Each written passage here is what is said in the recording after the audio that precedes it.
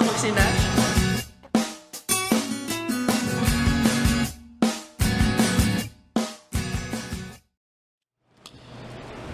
Hello po, at nagbabalik po tayo sa programang ito na tuwing isang buwan lang, kada isang buwan lang pala ang pinapalabas. And yun, na-expect po namin na mas marami itong, in-expect namin, asahan niyo po na mas marami pa po kaming gagawin ganito every month. And yun, so yun. Gagawin natin ngayon ay Never Have I Ever yata, Have I Ever. Basta yun, kung ano man yung sikat na larong yun, yun ang gagawin natin. At nagpatanong po kami sa group kung ano yung mga gusto yung tanongin. So yun, tara, simulan natin. Have you ever tried na kumain ng sisiw sa balot? Basic. Kwento. Kwento daw ako. Oo, na-try ko na kasi nung bata ako, mahilig ako sa mga exotic na pagkain. As in, by exotic, kumakain ako ng dati sa China nung nag-going bulili China kami. Kumain ako ng, mga ano pa lang ako nito, 12 years old ata. Kumain ako ng scorpion, na fried scorpion, laman ng snake. So, naiintindihan ko naman kung ayaw nyo na sa akin. Hindi, joke lang. Pero, yun talaga yung mga hilig ko. Mahilig ako sa, medyo adventurous ako pagdating sa mga ganung bagay. Tapos, recently nung nag-Malaysia kami sa Love You, kinain ko starfish. Fried starfish. And yeah, so I have yung question na yan is from Harriet M. Pukyutan. Napaka. Ito, second. Have you ever tried na feel mong sumayaw tapos bukas pala pinto nyo sa labas tapos may tawa ng tawang nanonood?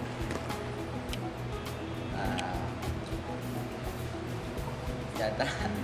Kasi nung bata ako, mahilig akong ilola ko mahilig mag-video. Okay, technically, yun. From Shane Kayla Papa pala. Sabi niya, yun yung tanong niya. Basically, I have kasi yung lola ko mahilig mag-video kay. Tapos dati nung bata ako, tinatakas ko yung video kay sa kwarto ko. Tapos kumakanta ako ng yung larger than life ng Namuta Westlife at ayun. Tapos sumasayaw ako, ginagaya ko yung ginawa ko nung SQ, yung nakakamukha kami alien, yung SQ Grand Finals, sumasayaw ako. Tapos, ayun, nakita ko ni Ate Tintin, niyaya ko dati. Tapos medyo na-weird siya, confused siya dun sa nakikita niya. Kasi medyo pang alien yung moves ko. So, next question. Mula kay Diane Abigail Anajao. Have you ever tried to go skydiving or any other heart-racing activities? Kung sa skydiving, I have never. Pangarap ko yun talaga, skydive, na walang parachute. De joke lang. Yun, pero yun talaga isa sa pangarap ko na hindi ko pa natutupad. So, marami pa na mga buhay ko natutupad ko. Pero yung heart racing, siguro, ano lang, mahilig ako pumunta sa rooftop eh. Tapos, yung uupo sa legs na rooftop. So, yun yung mga gusto kong medyo very low. So, next question, kay Christine Micaela de la Cruz. Have you ever eat ampalaya? Of course, I have. Yes, ito. I have pala. Oo, favorite niya ang ampalaya, lalo na pag malami itlog. Tsaka may technique si mamang ginagawa, mamang sita na. Medyo hindi super bitter. So yes, I have. So, mula kay Kate Soto, Have you ever tired? Have you ever tried na mabatukan yung friend mo pero pagharap hindi pala siya yung friend mo? Hindi pa naman. Na-try mo na ba? Kaya yun, nang bato ka na, hindi mo pa naman. So, hindi pa naman. Sana ako nangyari sa akin. Mula kay Lyra Reynoso. Have you ever experienced na lumabas sa sipon mo sa sobrang galit?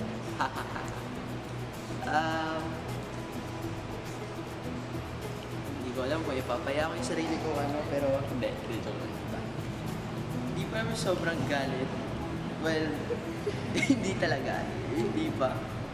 Sobrang nakakainis siguro yun kung nangyari yun. Magalit ka sa isang tao, tapos lumabas ito mo. Labo. Labo na nagtanong. The joke. So, yan. Mula kay Casey, Hazeline, haba ng pangalan? Monterfulca, Pangatoy. Have you ever tried na may nagsabi sa'yo bukas ang zipper mo? Minsan, hindi naman minsan, madalas. Hindi ko alam bakit. Pero sa mga bum, syempre, hindi. Syempre bum yan.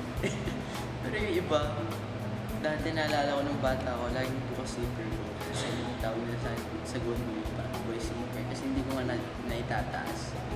So yun, medyo nakakaya, pero yun. Sinasara ko naman kasi baka may makawala. So yun.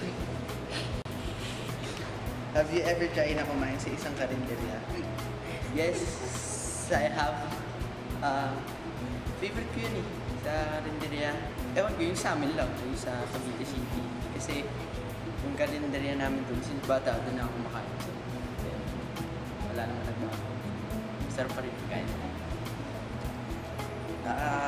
Mula kay Alaika Therese Briones. Have you ever failed on your subjects? Yan. Unfortunately, yes. Naalala ko yun, isang beses lang yun sa buong buhay ko. As in, tinandaan ko siya sa computer class. Actually, hindi naman ako mag-fail, pero ano bang nangyari? Kalimutan ko na may essay pa pala sa ibaba. So, mas malaki yung points ng essay. Parang 15 points siya. Kasi parang 30 lahat. Tapos, nagkamali ako ng isa dun sa multiple choice. Tapos, hindi ko nagawa yung essay. So, 14 lang yung score ko. So, yeah. Wala ako. Box up. Ito. Mula kay XARCWEY. Kung ano man pronunciation nun. Have you ever ride on a jet ski? Nakakalula. Kasi mabilis na siya. Mula kay Sophia D. Villafert, have you ever tried na mag-stalk ng account ng mga fans mo?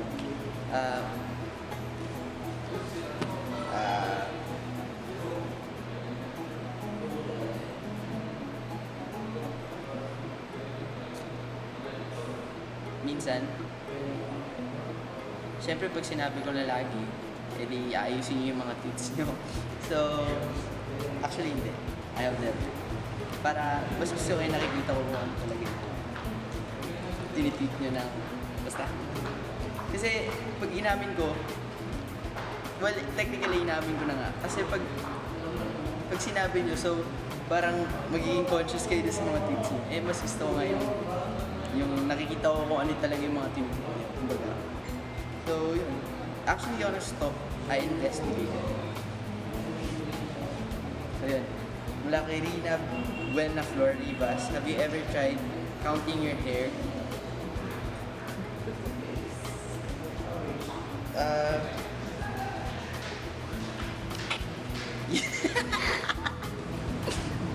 Oo. Kasi ano eh, mula yun sa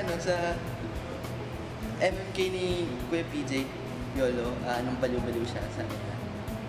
Parang may sinabi siya na kung kaya kong bilagin yung buhok mo dun sa teacher kasi baliw nga siya. So, tinanong ko si Mami, Mami, gano'n ba kadami yung gano'n, yung buhok? Sabi ko, naku, mababaliw ka bago mo mabilog yan. So, trinay ko, pero hindi naman yung as in 1, 2, 3 yung ganyan. Nag-search ako ng albo, gano'n ilang millimeter yung buhok, ganyan. Tapos kung ano yung average na gano'n kalaki yung scalp. Tapos yun, ginawa ko yung math. Pero hindi naman din. Mula kay Glyza Milo Santos, have you ever done something na sabi mo sa sarili mo hindi mo gagawin? Kung sa hindi mo gagawin, ano ba?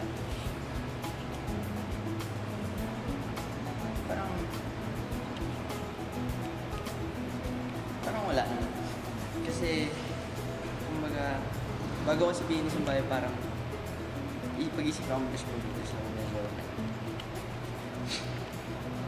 mula kay Rina Benaflor, mula kay Angelica Espejo. Have you ever made a prank phone call? Actually, hindi siya prank call kasi hindi ako yung tumatawag. Pero pag may tumatawag sa akin, hindi ko kilala.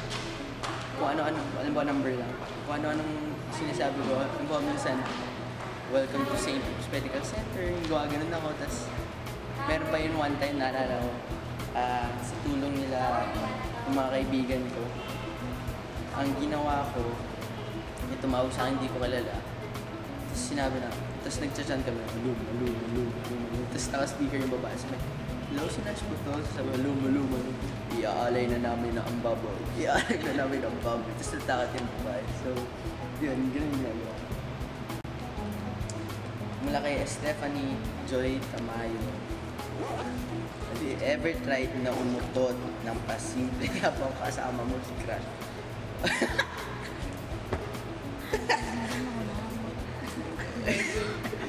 Hindi naman. Umaalis naman ako kahit hindi naman mapigilan. Malayo naman ako. Siyempre nakakaya. Mula kay Andrea May Tiope. Have you ever eaten in a restaurant tapos na-realize mo, iwan mo pala wallet mo? Oo, tapos madalas, nangungutang na lang ako kay Goldie. Wait yung tao yun. Mula kay Jerry Herrera. Have you ever tried to steal food from your friends?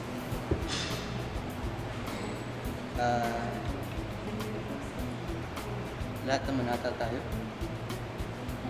Tapos mula kay Justin Gasgona Aguila. Have you ever experienced sleep paralysis?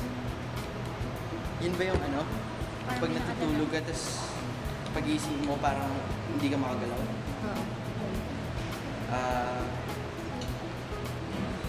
Parang hindi pa. Pero gusto ko siya ma-experience.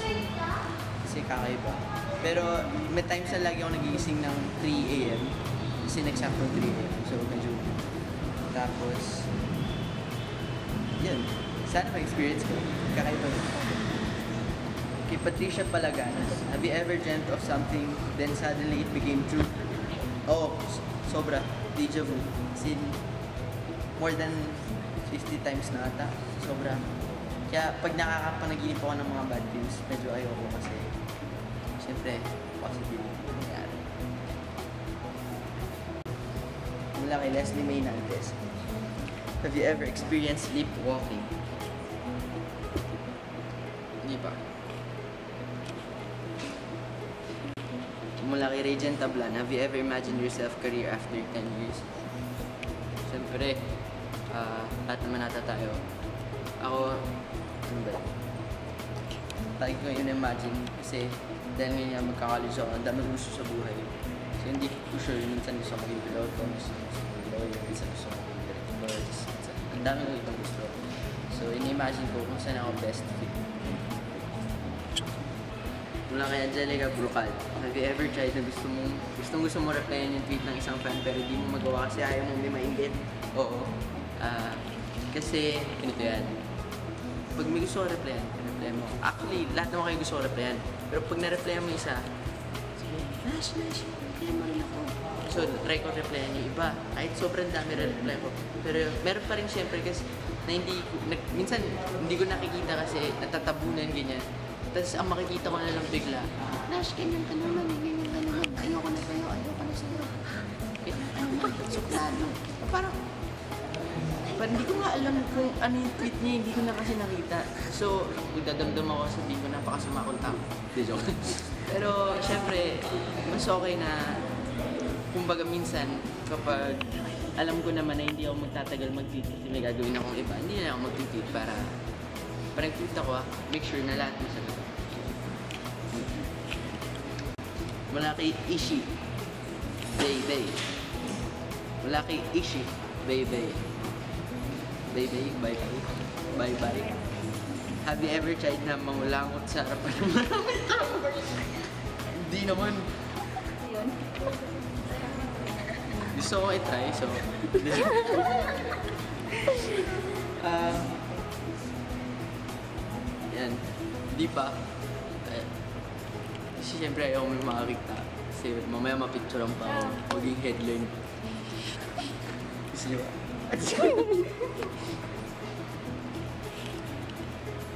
Wala kay Tessie Bambo. Have you ever tried mag-swimming ng naka-brief? Ano naman? Sino pa nag-swimming di naka-brief? Kadiri, mas kadiri yun. Diba? Siyempre may board shirts ako, pero may brief din ako. Mula kay Rian Sonyega. Have you ever tried to climb a tree? Oo. Ay. Oo. Pero, di ko alam kung paano yung mga sa probinsya yung umakit sila. Kakain ng nyug. Umakit sila sa puno ng nyug, pero ang buko ba yun, ang nyug? Tapos, galing eh. Pero yung, ako wala talaga eh. Walang future ako dun. So, kay Eliza and Masa, have you ever pranked someone tapos umiyak yung tao? Oo. Actually, lagi si Alexa. Siya lang naman kasi yung umiiyak sa grupo. Kumbaga minsan, lahat ng mga kaibigan ko pinaprank ko kasi medyo ganun niya ako. Nahilig ako prank. Pero siya yung laging naiyak. Ewan ko kung na niyang bakit. Pero super magugulat din kasi niya. Lagi kong yung naka-aux. Alam niyo sa kotse, tapos naka-speaker lahat sa cellphone. Mula sa cellphone, yung naka-auxiliary. Tapos yung stinger ng NCBs, yung gano'n. So, every time pinapatugtog ko, inaiyak siya. So, mula kay Sugar Puñales. Have you ever done anything scary or dangerous? Matay ng tao. Dito ka. Yung sa ano, yung sa lagi akong pumunta sa rooftop si mami. Tapos, ano ba? Well, sabi nila pa nagda-drive daw ako masyadong mabilis. So, dangerous daw. Tapos go-kart. May one time kasi na umikot ako yung go-kart ko. Sobrang bilis ko. Hindi ako nagbe-brake sa mga turns gaano. Kasi parang mas mabilis. Umikot yung go-kart ko. So, muntik na lang. So, kay Zarina Blancia, have you ever tried kumain ng street foods or mga inihaw katulad ng isaw o dugo? O naman, paborito ko yung isaw. Isaw ng baboy, isaw ng manok. Dugo. Betamax. Paborito ko. Tenga ng baboy, paborito ko. Barbecue leaves. Yung mga rare. Wala kay Christine Gala. Have you ever tried na tumawa ng malakas habang kumakain tapos biglang lumabas na kanin sa ilong mo? Hindi.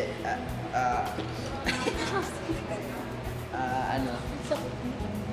Ang natry ko spaghetti. Di joke lang, grabe naman. Sumingin mo. Kanin lang, nung bata naman ako. Wala kay Dwayne Solan Barrete. Have you ever tried to pee on your pants? Sorry na. Ano, bata ako syempre. So, tama pa nga eh. Yun yung problema nila mami sa akin. Kasi lagi tinatamad akong tumayo. Doon ako umihi. Mula kay Merben Natividad. Have you ever cried yourself to sleep? Paano yun? Kasi iiyak ka para lang makatulog? Hindi, sobrang ugot mo, tapos nakatulog ka.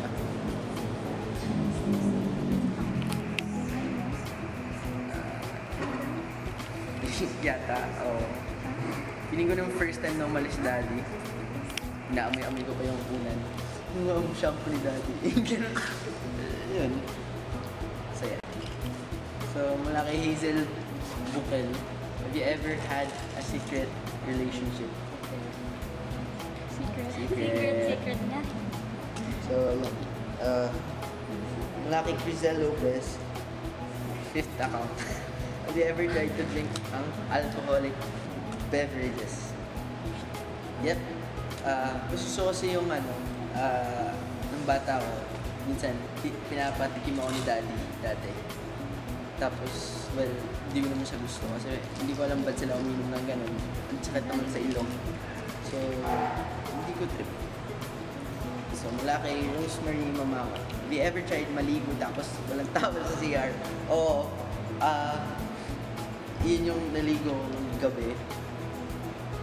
Tapos, tumakbo ako mula CR hanggang kwarto. Tapos, nabangga ko yung cabinet. Tapos tawa si Ate Julie. Kasi tulog siya eh. Tapos nalimpungatan siya. Tapos, dahil dun sa lakas ng pagkakabangga ko sa cabinet. Tapos, sabi niya sa akin na kinabukasan, Nash, gusto mo isali kita doon sa mga marathon sa UP ng nakababad. Nakita niya pala.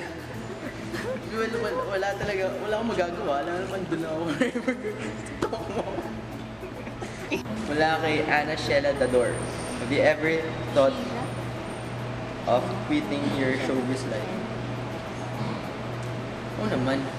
Kasi parang dapat hindi na ako gusto mag-artista pa ulit kung simula nung graduate ako sa Bumbilibid. Kasi parang may gusto naman nag-artista ako kasi parang magkaroon ng kaibigan yung bata ako. Kahit i-search siya sa SEQ, yung may tanong sa akin doon, anong happiest moment mo na na-experience mo dito sa SEQ? Yung sagot ko, yung nagkaroon ako maraming kaibigan. Kasi only siya daw dati, meron ng Chloe. So parang gusto ko magkaroon ng friends. Eh, nung time na yun, dahil kumbaga wala nang going believe. So parang sa akin, wala nang purpose. So, yun yung time. And syempre ngayon college na. Ay.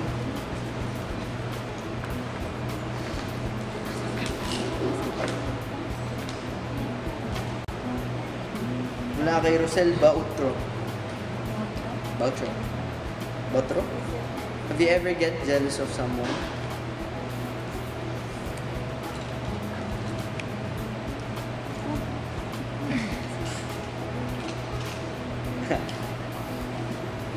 Yun na pala yun. Salamat po sa panonood at sa lahat po ng nagvo-vote at nagtanong. Maraming salamat sa inyo and God bless. And yun, abangan nyo yung next na video na gagawin namin. And yeah, don't forget to subscribe. Comment down below. Comment down below.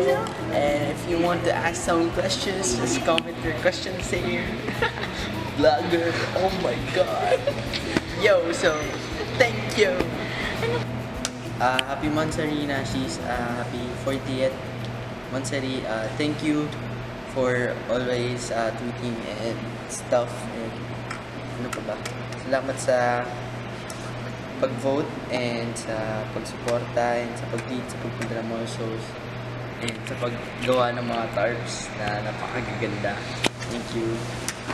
And sana yun, ano pa ba? Yun, tanda na natin. 40 na tayo. So, ingat lang palagi and stay healthy. Tsaka, gawin nyo kung ano magpapasaya sa inyo para walang stress. So, yun. God bless. Mga